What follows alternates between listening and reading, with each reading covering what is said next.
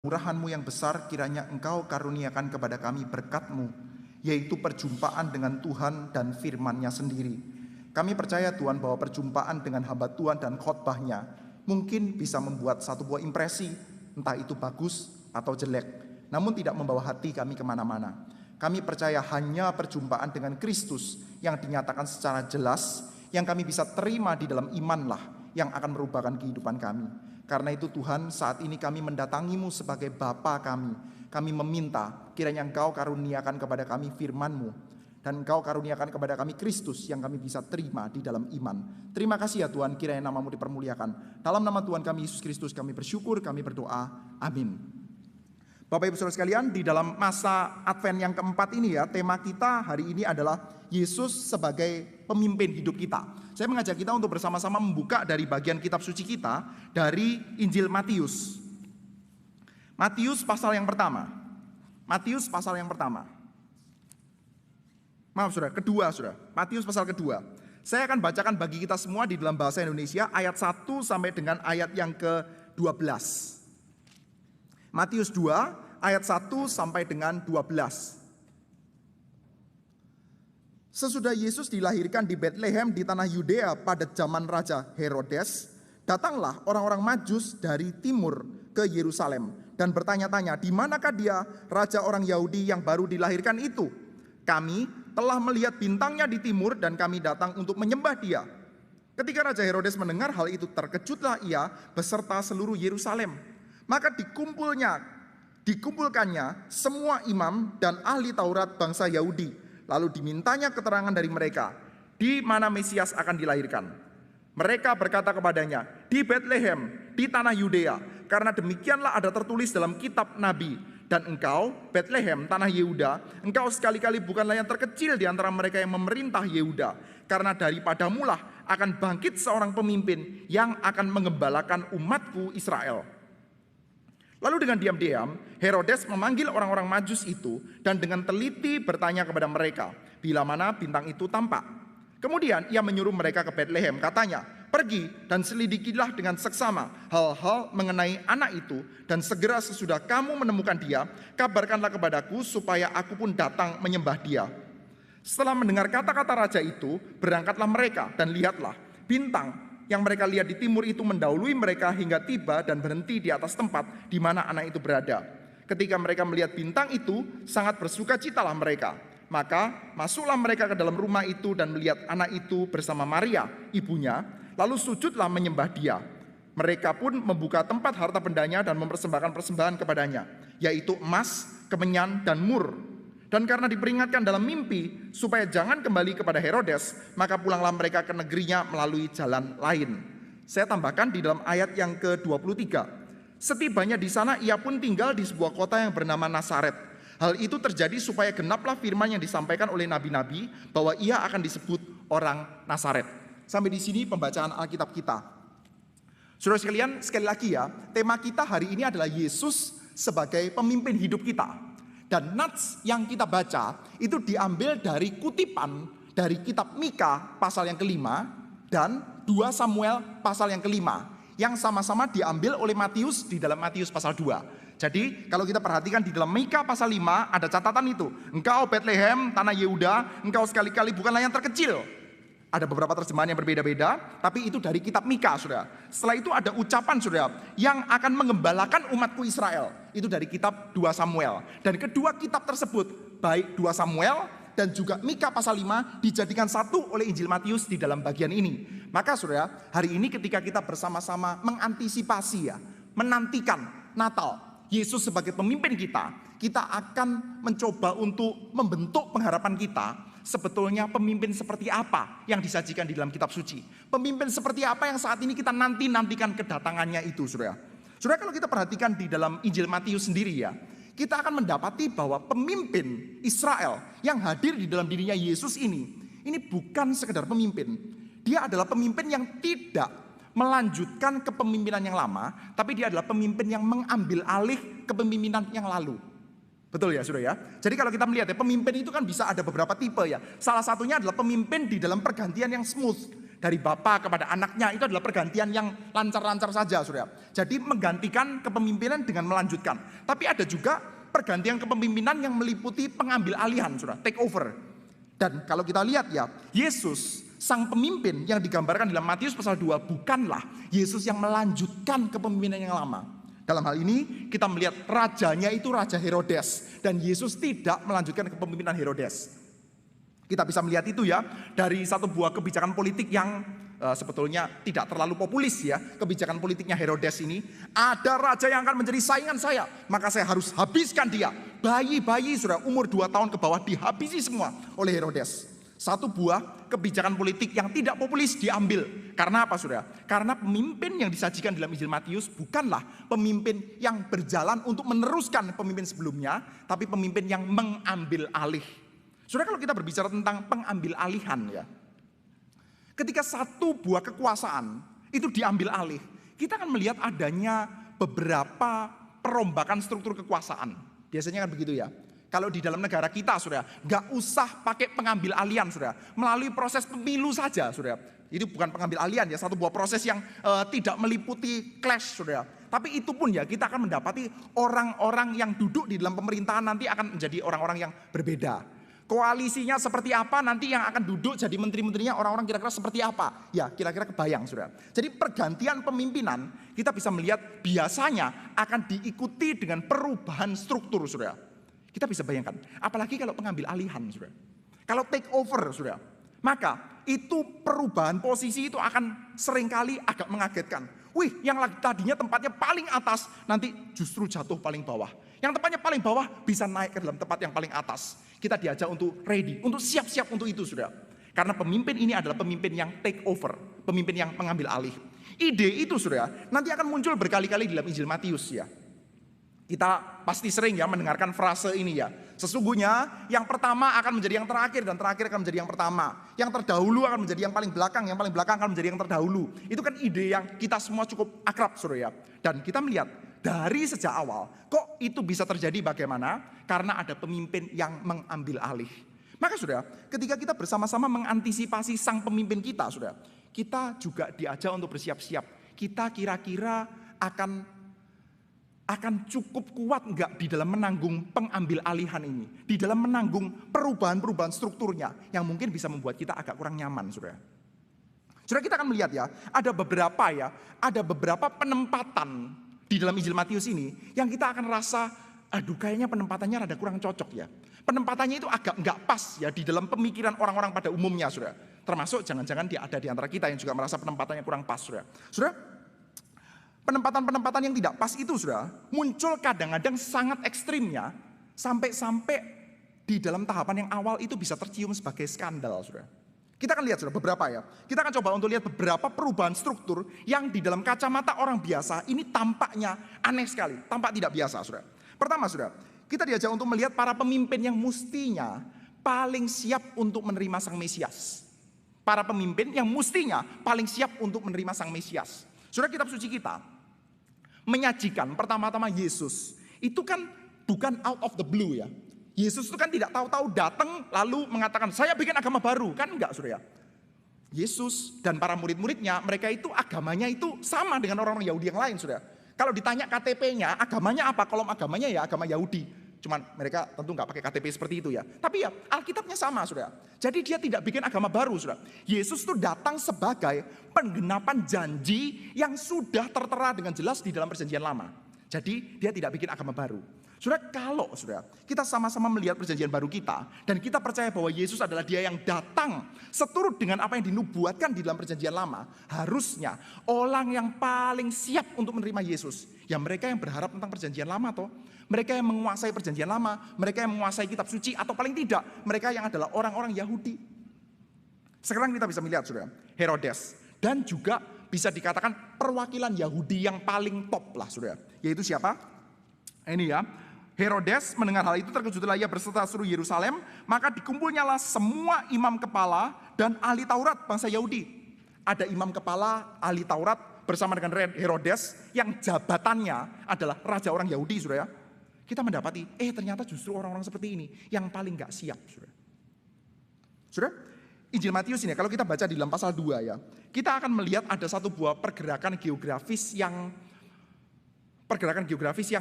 ini sudah patut kita catat sudah. Di dalam Matius pasal 2 kita melihat ada orang-orang Majus dari timur. Timurnya mana kita nggak terlalu tahu dengan jelas, tapi orang Majus dari timur. Dia nanti akan bergerak ke Yerusalem. Setelah itu ke Bethlehem, lalu ke Mesir, setelah itu balik lagi ke tanah Israel tapi ke Nazaret. Betul ya? Ada pergerakan geografis hanya di dalam pasal 2 saja, saudara. Dari timur ke Yerusalem, setelah itu ke Bethlehem, setelah itu ke Mesir karena ada pembunuhan bayi-bayi pada zamannya Herodes. Setelah itu balik lagi ke tanah Israel, tapi karena ada Herodes Arkelaus, maka enggak balik ke dalam Bethlehem tapi baliknya ke Nazaret. Sehingga Yesus itu disebut sebagai orang Nazaret. Saudara, kita boleh bertanya ya, kenapa ya Injil Matius itu kok harus mencatat itu ya? Matius itu kan punya pilihan ya, untuk mencatat bagian ini atau tidak mencatat bagian ini. Markus misalkan memilih untuk tidak mencatat cerita tentang Natal, saudara. Jadi kenapa kok Matius memilih untuk memasukkan cerita ini, saudara? Saudara, ada beragam jawaban ya. Salah satunya adalah karena ada penolakan yang cukup keras dari orang-orang terhadap wilayah Galilea dan Nazaret. Kota Nazaret, saudara. Kalau kita lihat di dalam Injil Yohanes misalkan ya, bahkan Nathanael ya, muridnya Tuhan Yesus akan mengatakan, apakah ada sesuatu yang baik dari Nazaret? Nazaret itu punya reputasi yang jelek, saudara. Tapi di dalam bagian ini kita seperti kayak diajak untuk melihat ya, kenapa kok Yesus itu ada di Nazaret, saudara? Kenapa kok Yesus itu nantinya disebut sebagai orang Nazaret, saudara? Salah satunya, saudara, menurut cerita di dalam Matius pasal 2, karena ada perannya Herodes. Ini bukan satu-satunya, saudara, tapi salah satunya, saudara. Yesus itu bisa disebut sebagai orang Nazaret, itu bukan tanpa Herodes. Ada Herodes, ada juga anaknya, saudara, Herodes Arkelaus, saudara. Jadi kita mendapati, saudara, ketika hal yang dianggap oleh mereka ini kayaknya nggak cocok dengan kami ya, tapi kita bisa lihat dari sisi yang lain ya. Kenapa kok Yesus disebut sebagai orang Nazaret? Karena ada Herodes. Namun, saudara, di sisi yang lain ya, ada banyak perdebatan juga, saudara, karena kata-kata di sini adalah seperti firman yang disampaikan oleh nabi-nabi bahwa ia akan disebut sebagai orang Nazaret. Kita tidak bisa mendeteksi secara langsung ya. Ini sebetulnya nabi yang mana yang dimaksudkan? Seperti yang disampaikan oleh nabi-nabi. Nabi yang mana yang dimaksudkan? Ia akan disebut sebagai orang Nazaret. Namun saudara, kemungkinan ini diambil dari bagian perjanjian lama, saudara, kitab Yesaya yang mencatat tentang Nazir, saudara. Artinya tidak harus satu, saudara. Artinya bisa macam-macam, saudara. Di satu sisi dia itu adalah tunas. Di sisi yang lain, Nazir itu adalah dia yang dikhususkan untuk Allah, saudara. Jadi, saudara, kita diajak untuk melihat ya, di satu sisi, Yesus yang memang ditetapkan untuk menjadi Nazir, untuk menjadi orang yang spesial, dikhususkan hanya untuk Allah. Di sisi yang lain, ada penolakan dari Herodes karena cerita itu, saudara. Saudara, kita diajak untuk melihat ya, di dalam Injil Matius ini ada satu buah ironi yang besar ya. Matius itu kan adalah satu buah Injil yang sifatnya itu sangat-sangat Yahudi. Jadi Matius ini besar kemungkinan ditulis untuk orang-orang yang memang sangat terbenam di dalam Yudaisme. Maka salah satu ciri yang penting dalam Injil Matius ini ada banyak formula kutipan, saudara. Jadi untuk menjelaskan bahwa Yesus itu seperti yang dijanjikan dalam perjanjian lama, maka Matius kerap kali dengan cara yang berbeda-beda mengatakan hal ini terjadi supaya genaplah yang tertulis dalam kitab Nabi A atau B atau C, saudara. Itu terjadi berkali-kali sudah dalam Injil Matius. Namanya formulasi kutipan. Ada kutipan dari perjanjian lama, ada kejadian yang dicatat oleh Matius, lalu dikatakan ini terjadi supaya menggenapkan yang ada di sana. Biasanya, saudara, ucapan-ucapan seperti itu munculnya dari Matius sendiri, dari narator. Seperti kayak bagian yang kita baca ya. Setibanya di sana, ia pun tinggal di sebuah kota yang bernama Nazaret. Hal itu terjadi supaya genaplah firman yang disampaikan oleh nabi-nabi bahwa ia akan disebut orang Nazaret. Jadi Matiusnya, Injil Matius mengatakan bahwa dia ada di sana dan hal itu terjadi supaya genaplah yang ditulis oleh nabi. Biasanya ucapan seperti itu ya, formulanya keluar dari narator, keluar dari Matius, saudara. Namun ya, di dalam bagian Alkitab yang kita baca ya, kita melihat ya, formulasi kutipan itu ya muncul dari lawan-lawannya Yesus. Ini unik, saudara. Sekali lagi ya, maka dikumpulkannya semua imam, kepala, dan ahli Taurat bangsa Yahudi, lalu dimintanya keterangan dari mereka, di mana Mesias akan dilahirkan. Mereka berkata kepadanya, di Bethlehem di tanah Yudea, karena demikian ada tertulis dalam kitab Nabi. Dan engkau Bethlehem tanah Yehuda, engkau sekali-kali bukanlah yang terkecil di antara mereka yang memerintah Yehuda, karena daripadamu akan bangkit seorang pemimpin yang akan mengembalakan umatmu Israel. Saudara, kita bisa bayangkan ya, Ini mulutnya musuhnya Tuhan Yesus, saudara. Imam-imam kepala, ahli Taurat yang nanti akan menjadi mulut musuhnya Tuhan Yesus, saudara. Dia itu bisa membaca bagian perjanjian lama, lalu menggabungkan kitab Mika dan kitab 2 Samuel, dan penggabungannya itu tepat, saudara. Diambil sama Matius, saudara. Formulasi kutipan, tapi keluar dari bibir mulutnya Tuhan Yesus, saudara. Maka kita melihat ya, bahwa ini sebetulnya ya, ahli-ahli Taurat, imam-imam kepala, mereka yang mengerti kitab suci, mereka studi baik-baik, harusnya mereka ini adalah orang-orang yang paling siap untuk menerima Yesus. Saudara, kalau saat ini kita pikir-pikir, saudara, siapa ya kira-kira orang yang hatinya itu paling reseptif, paling siap untuk dipimpin oleh Tuhan? Salah satu kandidat kuat meskipun pole positionnya bukan nomor 1 ya, tapi ya meskipun nggak pole position ya, nggak nomor 1 ya, tapi ya kandidat yang lumayan kuat ya kita ini tuh. Kita ini ada kandidat kuat loh. Paling tidak loh sebelum Natalan loh. Ini bukan sebelum Tuhan Yesus datang kedua kali, sebelum Natalan. Kita udah Advent 4 kali sudah. Sudah mempersiapkan hati kita dengan sangat baik, saudara ya. Dan itu baik kan ya. Harusnya kita bisa menjadi orang yang paling siap, saudara, di dalam menerima Tuhan Yesus.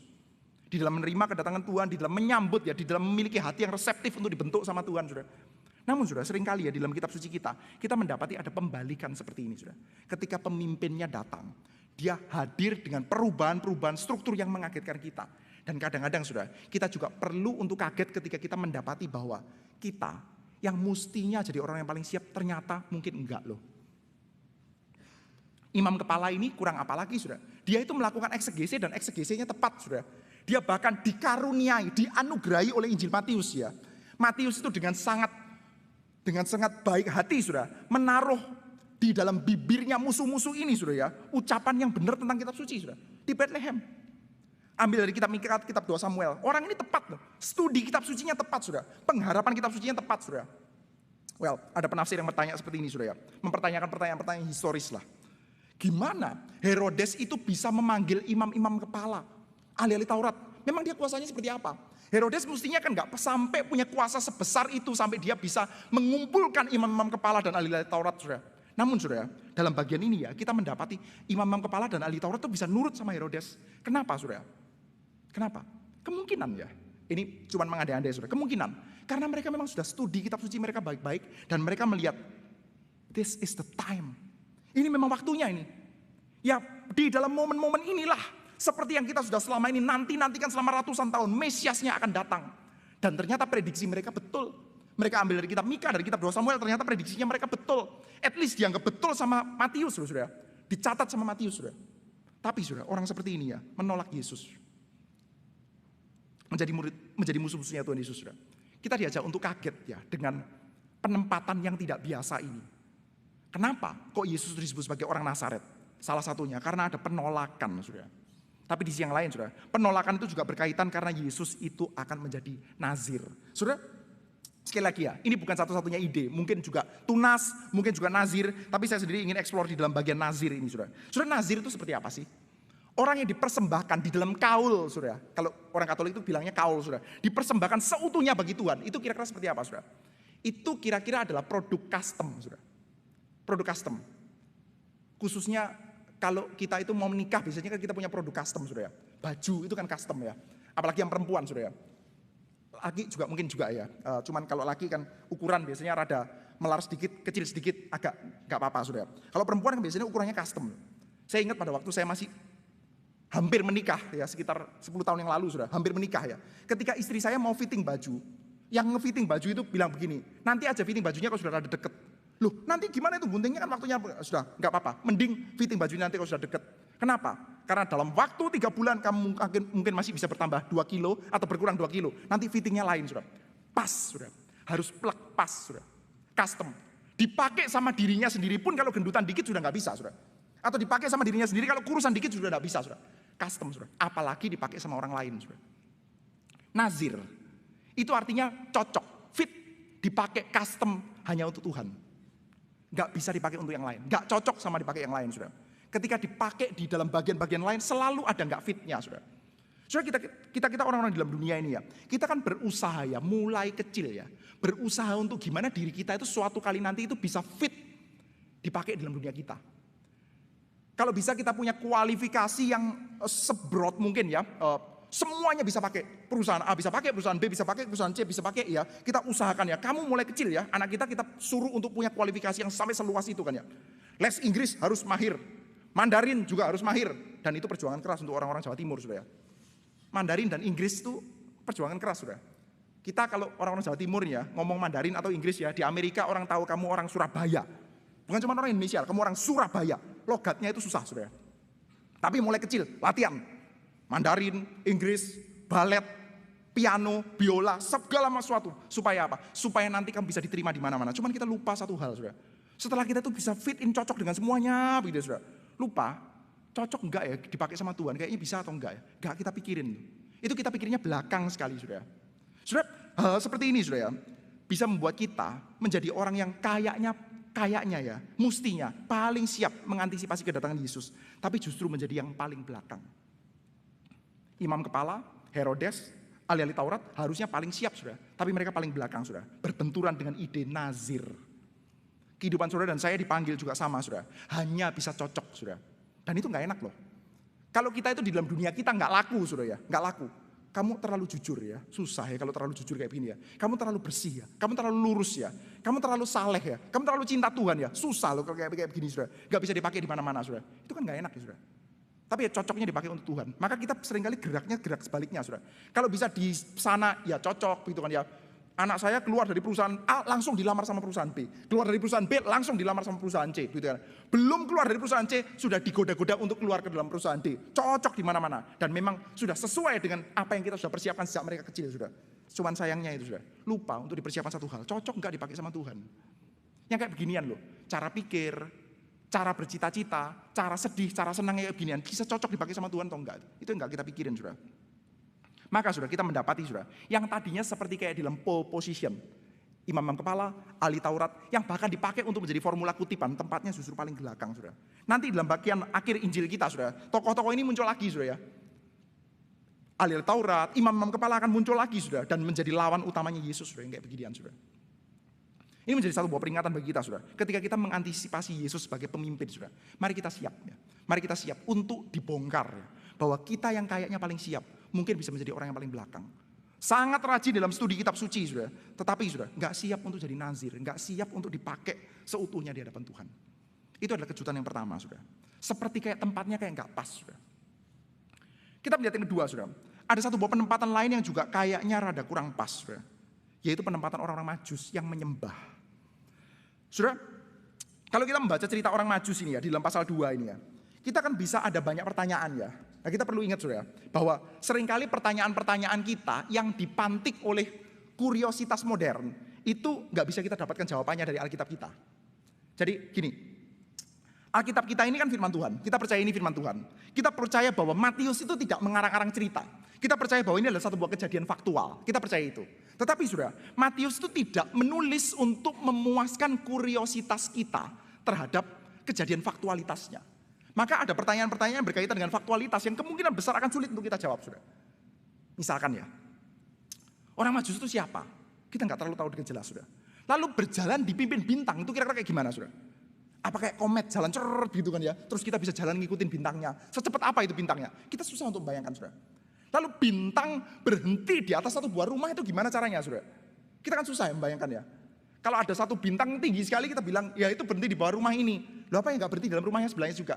Saudara pergi ke Malang ya, bintangnya lokasinya kurang lebih mirip ya, kita lihat ya. Kecuali kalau dekat sekali sama atasnya. Tapi kita kan nggak bisa membayangkan ya, bintang yang berhenti di atasnya satu rumah. Pertanyaan-pertanyaan kuriositas seperti itu, saudara. Kalau kita tanyakan boleh nggak? Ya boleh.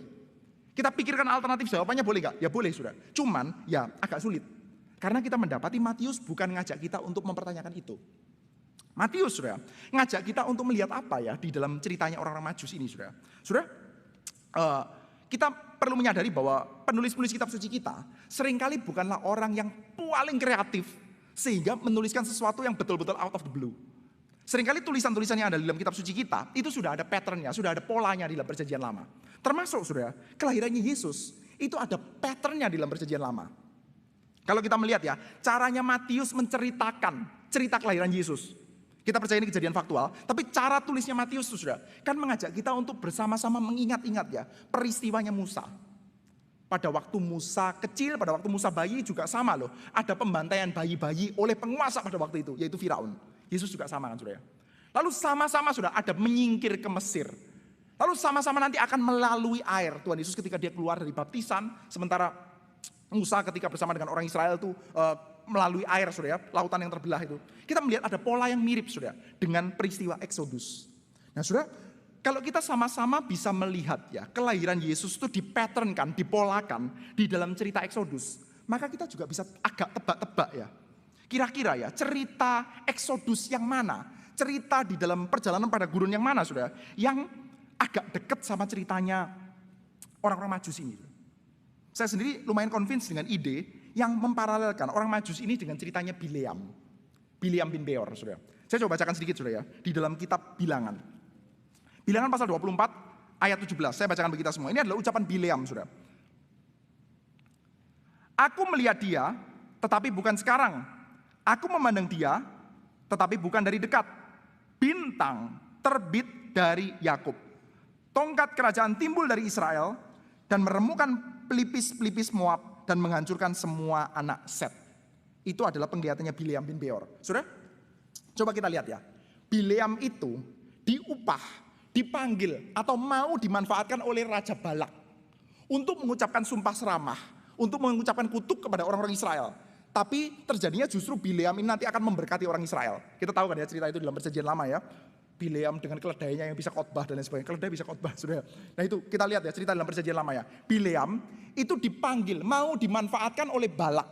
Tetapi saudara, nanti justru dia tidak menyumpah serapai orang Israel, tapi justru memberkati orang Israel. Dan di dalam ucapan Bileam dikatakan ada bintang. Tadi kita sama-sama baca ya. Ada ucapan ini ya. Bintang terbit dari Yakub.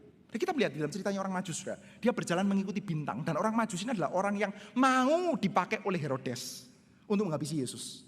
Agak sedikit mirip ya. Bileam mau dipakai oleh Balak untuk menghabisi orang Israel. Majus mau dipakai oleh Herodes untuk, coba kamu cari tempatnya di mana. Nanti saya mau menyembah dia, padahal kan mau dihabisi, saudara. Dia mau dipakai oleh Herodes. Tetapi saudara, justru yang terjadi adalah orang-orang Majus ini nanti akan menyembah Yesus. Memberikan emas, kemenyan, dan mur dan menyembah Yesus. Seperti halnya Bileam itu justru nanti akan memberikan berkat bagi orang-orang Israel, saudara. Saudara, ketika kita melihat ya, padanan antara Bileam dengan orang Majus, maka kita mendapati gambaran orang-orang Majus ini menjadi gambaran orang-orang yang les saleh gitu ya. Lebih tidak saleh daripada yang selama ini kita bayangkan, saudara.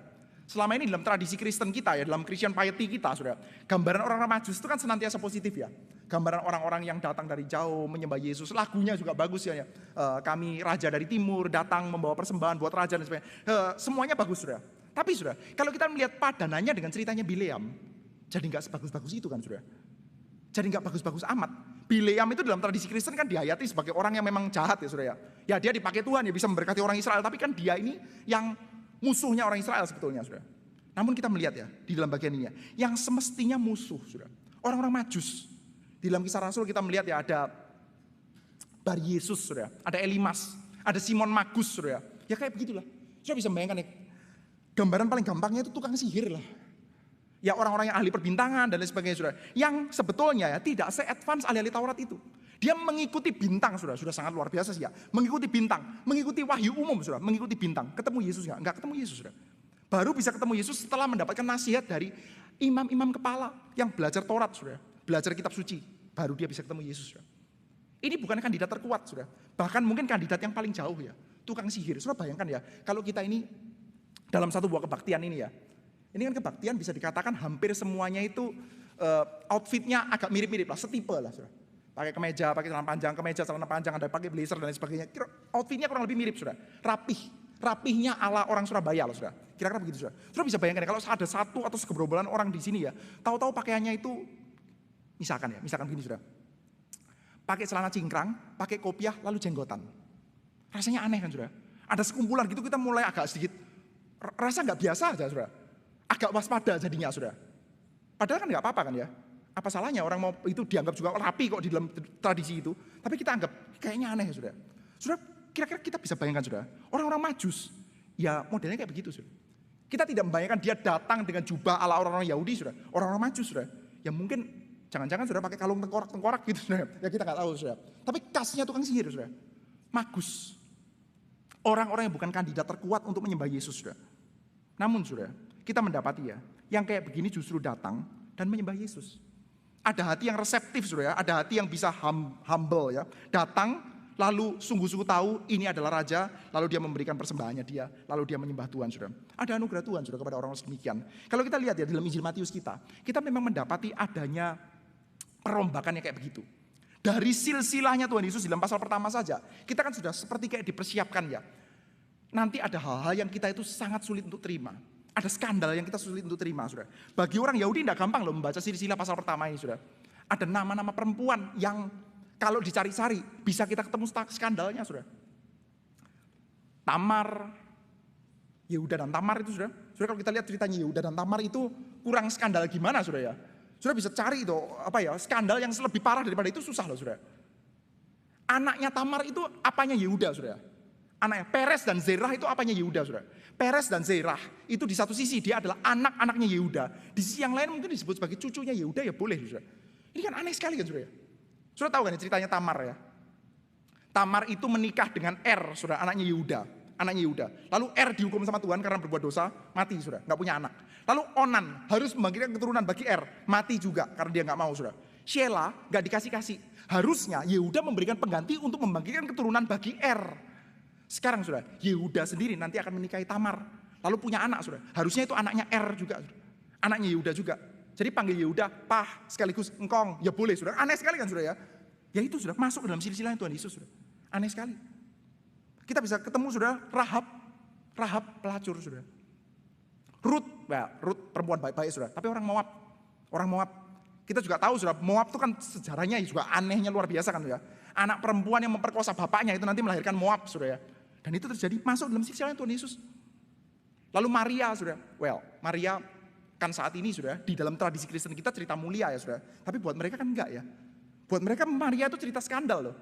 Saudara bisa bayangkan ya, anak 12-13 tahun, saudara. Kalau saat ini saudara lihat ya, anak perempuan 12-13 tahun, saudara. Kerjaannya setiap hari kan liatin TikTok sama lihat BTS, ya, saudara. Model seperti itu, saudara. Tahu-tahu dia bilang seperti ini, saudara. Saya dinaungi oleh Roh Kudus dan sekarang saya hamil. Apalagi itu orang Nazaret, saudara. Bukan orang Yudea ya, bukan orang wilayah Yerusalem kan dianggap lebih saleh-saleh, saudara. Orang Nazaret. Saudara kalau ketemu anak 12 tahun ngomong mama saya hamil, kita nggak mau dengar penjelasannya dia kan ya. Padahal di dalam kitab suci kan ya ada yang seperti saya. Enggak, kan begitu kan ya. Itu cuma terjadi satu kali. Saudara, Maria ini, saudara. Sebagai seorang Yahudi yang saleh, saudara. Saudara jadi bapaknya ngomong apa, saudara? Di dalam perjanjian lama nggak ada contohnya sama sekali, saudara. Pasangan tua melahirkan ada nggak? Ada, Abraham, saudara. Tapi perempuan muda ya, di mana dia itu masih subur, saudara. Hamil di luar nikah, ada banyak, saudara. Tapi nggak ada yang hamil oleh Roh Kudus, nggak ada, saudara. Itu ceritanya Zeus, saudara. Zeus, Hercules dan sebagainya itu cerita kafir. Saudara, ini masuk dalam silsilah, saudara. Bagi orang Yahudi uneasy loh, saudara terima cerita kayak begini. Saudara, silsilah ini kan beberapa nama-nama besar ya. Nama Abraham, nama Daud, nama Salomo. Tapi ada nama perempuan ini janggal, saudara. Ginilah, bayangkan gini lah. Kita punya perjanjian baru, saudara. Mulai kecil diajarin. Caranya ngapalin perjanjian baru pakai lagu. Matius, Markus, Lukas, Yahya, Kisah Rasul, Korintus. Kita lanjutkan gitu ya. Coba, saudara, kalau saya bikin gini, saudara. Saudara kira-kira kaget nggak? Matius, Markus, Lukas, Yahya, Dewi Persik, Korintus, saya bilang begitu. Kaget kan ya? Loh, kenapa kok ada nama Dewi Persik, saudara? Ini bukan sekedar nama perempuan, saudara. Tapi perempuan yang bisa dibikin ceritanya, saudara. Ada cerita skandal di baliknya. Kalau mau dicari-cari bisa, saudara. Rahab, Tamar, Rut, Maria, saudara. Tapi, saudara, ya memang kitab suci kita disiapkan untuk itu, saudara. Bersiap-siap saja. Pemimpin ketika datang, ada perombakan yang seperti ini. Mungkin bisa berasa uneasy. Yang perempuan-perempuan seperti ini bisa masuk. Orang-orang Majus bisa masuk. Dan sebetulnya ya, kalau kita dipersiapkan, kita sadar, saudara. Nama-nama kita, saudara, ketika masuk, itu semestinya kita juga kaget juga. Kita ini kan orang-orang berdosa ya. Kalau kita mau berbicara tentang skandal ya, diri kita yang berdosa itu ada di sini. Tapi bisa percaya pada Tuhan Yesus. Saudara coba ceklah di antara kita ini, saudara ya. Asal usulnya kita, mungkin ada yang dari kakek, nenek yang sampai berturun-temurun itu sudah Kristen, saudara. Tapi banyak juga kan di antara kita baru generasi kedua, baru generasi ketiga, yang saudara-saudaranya bahkan masih kuku sekali belum bisa menjadi Kristen. Tapi kita kok bisa, saudara. Anugerah Tuhan. Ketika anugerah Tuhan datang, itu kita memang bisa terkejut-kejut, saudara. Yang mestinya ada di luar. Mestinya kayak seperti model-model sebagian besar di antara kita yang sipit-sipit ini kan mestinya ya lagi jongkok-jongkok di kuburan ya, sambil menghadapi apel yang kita persembahkan kepada kuburan, itu kan kebanyakan kan begitu, saudara. Sebagian besar kan begitu, saudara. Tapi kok ya bisa ada ya, model-model seperti kayak kita ini ya, yang dianugerahi Tuhan sangat besar ya. Kok ya bisa ada? Di satu sisi yang kayaknya pole position, paling depan, undur paling belakang. Ahli-ahli Taurat yang kayaknya paling banyak belajar firman Tuhan, ternyata paling gak siap, saudara. Sementara di sini, saudara, ketika anugerah Tuhan datang ya, yang sepertinya harusnya tempatnya di luar, tidak layak, seperti saudara dan saya. Ternyata diajak oleh Tuhan, diizinkan oleh Tuhan untuk berbagian di dalam menyembah Tuhan, di dalam berbagian dalam cerita Nazir, saudara.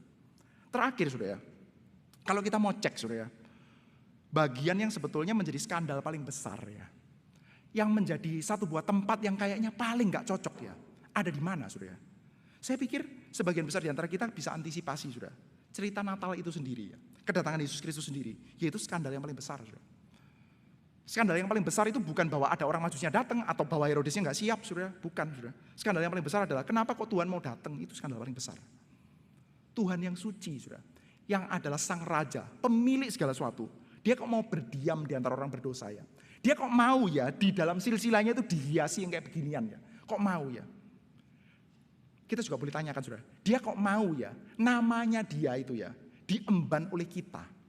Pemimpin seperti itu, saudara, mau dirinya itu dikenal melalui kita.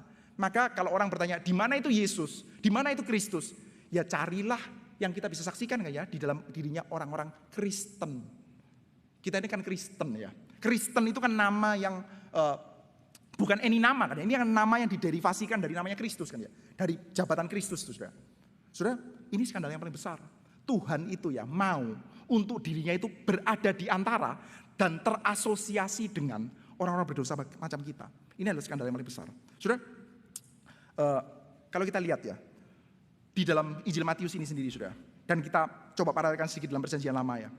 Musa itu pernah bertanya sama Tuhan begini, Tuhan, nanti kalau mereka tanya kepada saya, namamu siapa? Saya jawabnya gimana? Tuhan, mau namanya dipersamakan dengan apa? Maka dia jawab, aku adalah aku. Gak bisa dipersamakan dengan apa-apa. Aku adalah aku. Berdiri melintasi segala sesuatu. Aku adalah aku, Yahweh. Tapi aku adalah aku itu adalah Allahnya Abraham, Ishak, dan Yakub. Namaku seperti itu sampai selama-lamanya.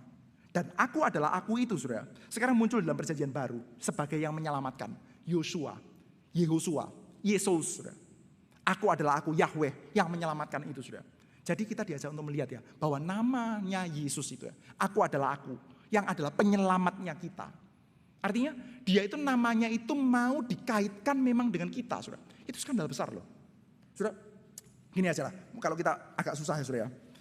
Saudara coba bayangkan ya, suatu kali ada konferensi teologi di mana gitu, misalkan saudara, konferensi teologi di mana, di Amerika atau di mana, saudara. Lalu salah satu pembicaranya itu misalkan, saudara, siapa ya? Kalau pendeta dalam gereja saya itu pendeta Stephen Tong gitu ya, saudara. Itu pendeta paling seniornya kita kan, saudara, pendirinya GRI, saudara. Dia akan diperkenalkan, saudara. Biasanya kalau mau jadi pembicara kan diperkenalkan ya. Dia adalah apa-apa-apa. Akan diperkenalkan gimana, saudara? Pendirinya STEMI, misalkan gitu ya. Pendirinya GRII atau pendirinya ini yang menjadi hamba Tuhan di sini. Pernah di GKA juga dulu pada waktu masih muda, saudara. Bisa dicatat tuh sebagai CV-nya dia, saudara. Tapi, saudara bisa bayangkan Kak, kalau suatu kali ya orang seperti saya diundang khotbah, saudara, nggak usah di Amerika, saudara, diundang khotbahnya di sini aja, saudara. Ada loh yang tanya, ini siapa ya? Hah, minggu depannya khotbah, ini siapa, saudara? Saudara mau jelaskannya gimana, saudara? Sulit loh. Oh, ini orang Pare. Oke, agak banyak sih orang Pare. Terus mau dijelaskan orang Pare memang kenapa kok mesti orang Pare diundang khotbah di sini? Mau jelaskannya susah, saudara. Salah satu cara yang paling gampang untuk menjelaskannya, ya ditempelkan saja. Oh, ini dulu sekolah jadi muridnya Pak Tong, jadi muridnya Pak Hendri juga, begitu kan ya. Nah itu gampang nempelinya. Tempelkan saja sama nama yang lebih terkenal, saudara. Saya nggak kenal sama orang yang ditempelkan saja sama nama orang yang lebih terkenal, saudara. Sudah. Tapi sudah, aneh kan ya, kalau misalkan ya, pendeta Stephen Tong pada waktu dia mau jadi pembicara, diperkenalkan, dia adalah gurunya Eko. Nggak mungkin kan, saudara. Aneh sekali perkenalan seperti itu. Itu bukan malah menjelaskan, malah bikin bingung, saudara. Orang jadi bertanya-tanya lagi, memangnya siapa itu? Orang jadi bertanya-tanya lagi, saudara. Kalau disebutkan pendiri ini kan lebih jelas, saudara. Saudara, Yesus ya, Yesus itu mau dikenal. Namanya dia saja, Yesus saja, namanya dia. Itu adalah Yehova yang menyelamatkan. Dia adalah penyelamatnya kita. Tidakkah itu menjadi satu buah skandal yang paling besar ya? Kalau kita saat ini bisa perasaan isi, rasanya, aduh masa iya ya kehidupan saya masih dipanggil untuk menjadi nasir Tuhan, untuk menjadi orang yang dikhususkan untuk Tuhan. Masa iya untuk menerima Tuhan seperti itu, saudara. Kita berasa, aduh kayaknya kenyamanannya begitu besar. Coba kita pikirkan, saudara. Hal itu bisa terjadi karena apa, saudara? Karena Tuhan mau namanya ditempelkan dengan kita, dilengketkan dengan kita. Kita bukan mengenal Yesus yang adalah sebetulnya, saudara. Kalau dia itu mau dikasih nama bukan Yesus ya. Yesus itu kan bisa dikatakan hampir-hampir any name ya. Di dalam dirinya orang Yahudi pada waktu itu yang orang namanya Yosua banyak banget ya. Kasih nama yang aneh kayak Thor. Gitu kan mungkin ya masih agak lumayan loh. Son of Odin. Apa ya? King of Asgard. Kayaknya keren juga loh. Raja Asgard gitu ya. Daripada penyelamatnya kita. Orang-orang kecil ini sudah. Kita itu jauh lebih kecil daripada Asgard menurut itu ya. Menurut Marvel sudah. Lebih kecil daripada Asgard. Orang-orang biasa saja sudah. Yang kalau kena ketembus peluru jebrik langsung mati sudah ya. Gak usah ditembus peluru ya. Tua sendiri diem-diem aja mati juga sudah. Sangat sangat remeh sekali sudah. Tapi Tuhan kita itu mau dikenal melalui kehidupan kita sudah. Itu skandal yang paling besar sebetulnya. Kita mendapati dia sang pemimpin dan dia merubah struktur sosial. Perubahan yang paling besar itu adalah dia sendiri turun ke dalam tempat yang paling bawah. Yang tempatnya paling atas turun ke dalam tempat yang paling bawah. Pemimpin macam itulah saudara, yang saat ini saudara dan saya sedang antisipasi, sedang nanti-nantikan kedatangannya. Maka ketika saudara, kita bersama-sama mengikuti dia sebagai pemimpin kita yang kita nantikan itu saudara. Kita diajak untuk bersiap-siap saudara. Ada yang perubahan-perubahan sedemikian. Kita perlu bersiap bahwa di satu sisi dia turun paling bawah sampai ke dalam tempatnya kita. Di sisi yang lain ketika kita mengikuti dia, kita juga diajak untuk hidup seturut dengan cara hidupnya pemimpin kita itu. Kiranya Tuhan menyertai setiap kita. Mari kita bersama berdoa di hadapan Tuhan. Bapa di dalam surga, kami panjatkan syukur dan terima kasih kami di hadapan Tuhan untuk belas kasihan dan berkat-Mu yang besar atas kami. Kami berterima kasih karena kami boleh mengantisipasi, kami boleh menantikan kedatangan Yesus sang pemimpin kami. Yang mungkin akan merombak banyak ketidaknyamanan di dalam kehidupan kami. Pimpinlah kami Tuhan untuk kami boleh mengikuti Yesus yang adalah penyelamat kami, yang adalah pemimpin kami. Terima kasih ya Bapak, kiranya nama-Mu dipermuliakan. Dalam nama Tuhan kami Yesus Kristus kami bersyukur, kami berdoa, amin. Saudara sekalian, bagi setiap kita yang mengakui dan percaya bahwa Kristus itu adalah pemimpin kita, mari kita bersama-sama bangkit berdiri. Kita akan bersama-sama mengikrarkan pengakuan iman kita bersama dengan orang-orang yang percaya.